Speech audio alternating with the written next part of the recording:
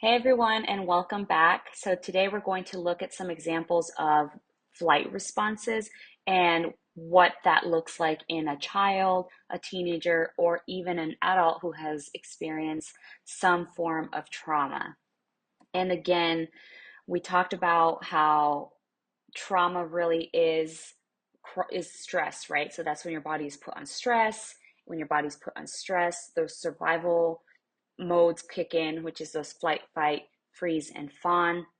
And it's natural because it's there to protect you.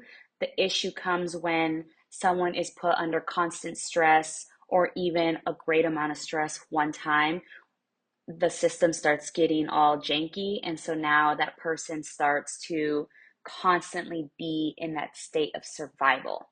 So last time we talked about what that fight survival looks like. So a person that's constantly in that fight mode. Today we are going to look at someone that is constantly in that flight response. So we're going to go ahead and get started with this little list. And just to put it out there, this is a small list and it definitely could range in in anything in terms of flight responses, right? So one of the biggest things is avoiding any reminders of the traumatic event, such as school, maybe some classes, people, places, or even activities, because going back to that place, that person, that thing might trigger a bunch of feelings that they can't handle, right? They just know that they don't want to be there, so they need to avoid it to feel okay. Another way of avoiding is people start avoiding responsibilities or and have difficulties with following through with any commitments. Procrastination and putting off studying or practicing is a big one that we see in the kiddos, and I mean, even ourselves, right? Another one that we see a lot in children is running away from home or from anything that they may find a little difficult. Because again, the feelings are so big that that's the only way that they know how to escape that feeling is to run away. That's that flight response.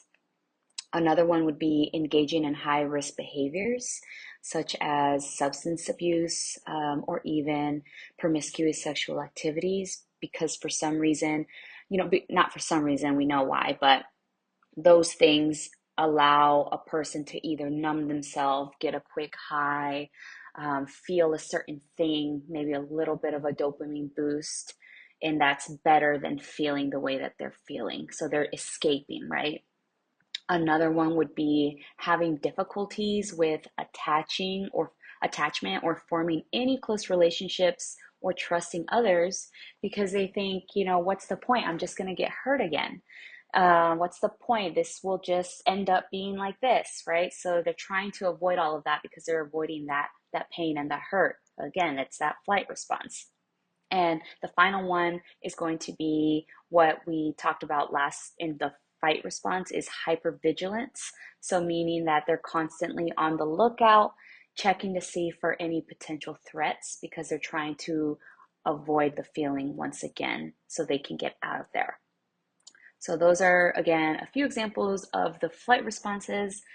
Please let me know if you have any questions or comments. And the next one we'll be looking into is the freeze response. Okay, stay tuned.